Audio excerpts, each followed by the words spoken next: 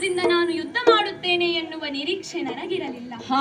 ಆದರೂ ಶಂಬರನಿಗೆ ಎದುರಾಗುವುದು ನನ್ನ ಕರ್ತವ್ಯವಾಗಿತ್ತು. ಆದ್ದರಿಂದ ಎದುರಾದೆ ಅಷ್ಟೇ.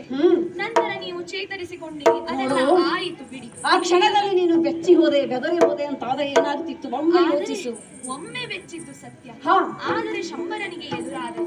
ವಿದ್ಯೆ ಎನ್ನುವುದು ನಿಂತ ನೀರಾಗಬಾರದಂತೆ, ಹರಿಯುತ್ತಿರುವ ನೀರಾಗಬೇಕಂತೆ. ಹೌದು ಕೈಕಾ. ಹಾಗೆ ಕೈಕೆಯ ನಂದಿನಿಯಾಗಿ ಅಶ್ವಪತಿ ಮಹಾರಾಜನ ಸುತೆಯಾಗಿ ಕಲಿತ ವಿದ್ಯೆ ಈಗ ಸಾರ್ಥಕ ಎಂದೆನಿಸುತ್ತಿದೆ ಸ್ವಾಮಿ.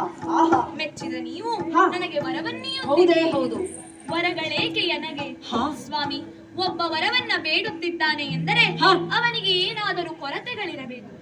ಆದರೆ ಸೂರ್ಯವಂಶದ ದಶರಥ ಭೂಪತಿಯನ್ನೇ ವರವಾಗಿ ಪಡೆದವಳು ನಾನು.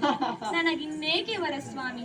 ನೀವೇ ನನ್ನ ವರ, ನನಗೆ ವರಗಳು ಬೇಡ ಸ್ವಾಮಿ. ಕೈಕಾ, ಎಂತಹ ಮಾತನ್ನಾಡಿದೆ. ವರಗಳೇಕೆ ನನಗೆ? ಗೊತ್ತು ನಿನಗೆ, ಎಲ್ಲವೂ ನಿನ್ನಲ್ಲಿದೆ. ಹೇಳಿ ಕೇಳಿ ಯಾರು ನೀನು? ಅಯೋಧ್ಯೆಯ ಮಹಾರಾಣಿ, ದಶರಥ ಮಹಾರಾಜನ ಕಿರಿಯ ಪತ್ನಿ. ನಿನ್ನ ಮಾತನ್ನ ಕೇಳಿ ಹೃದಯ ತುಂಬಿ ಬಂತು ನನಗೆ. ನೋಡು, ನಿನ್ನಲ್ಲಿ ಏನೂ ಇಲ್ಲ ಅಥವಾ ಯಾವುದೋ ಇಲ್ಲ ಅಂತ ನಾನು ಕೊಡ್ತಾ ಇದ್ದದ್ದಲ್ಲ. ಇದು ನನ್ನ ಪ್ರೀತಿಯಿಂದ, ಇದು ನನ್ನ ಮೆಚ್ಚುಗೆಯಿಂದ, ಇದು ನಾನು ಕೊಡುತ್ತಿರುವಂತಹ ಒಂದು ನನ್ನ ದ್ಯೋತಕವಾಗಿ, ಪ್ರೀತಿಯ ದ್ಯೋತಕವಾಗಿ ಕೊಡ್ತಾ ಇದ್ದೇನೆ. ಕೈಕಾ, ನೀನು ಕೇಳಲೇಬೇಕು, ನಾನು ಕೊಡಲೇಬೇಕು. ಕೇಳು ಕೈಕಾ. ಅಷ್ಟೇ ಅಲ್ಲದೆ ರಾಜನಾಗಿ ಕೊಡುತ್ತಿದ್ದೆ ಅಲ್ವೋ? ಮತ್ತೆ ಹಾಗೆಂದರೆ ಇದನ್ನ ತಿರಸ್ಕರಿಸುವ ಹಾಗಿಲ್ಲ. ನ್ಯಾಸ ರೂಪದಲ್ಲಿ ಕಾಯ್ದಿರಿಸಿ ಮುಂದೆ ಬೇಕಾದಾಗ ಕೇಳುತ್ತೇನೆ. ಹೌದೇ? ಹಾಗೆಯೇ ಆಗಲಿ ಕೈಕಾ.